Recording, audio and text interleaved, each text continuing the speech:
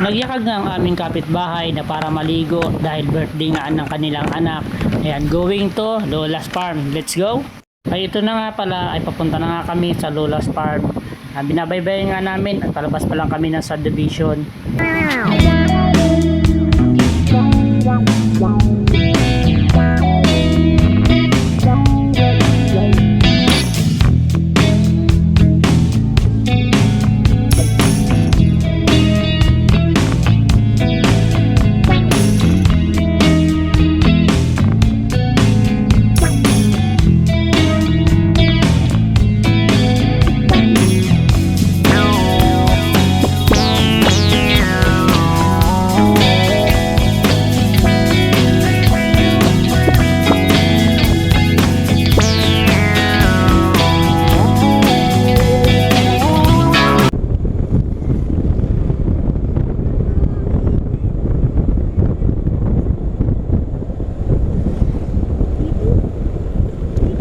Tapos dito mga lods ay kakaliwa na tayo papuntang Lola's Farm.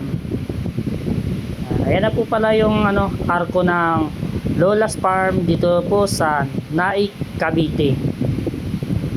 Ayan, mamaya papasilip ko sa inyo mga lods yung mga dapat ninyong malaman kung magkano ang mga entrance dito.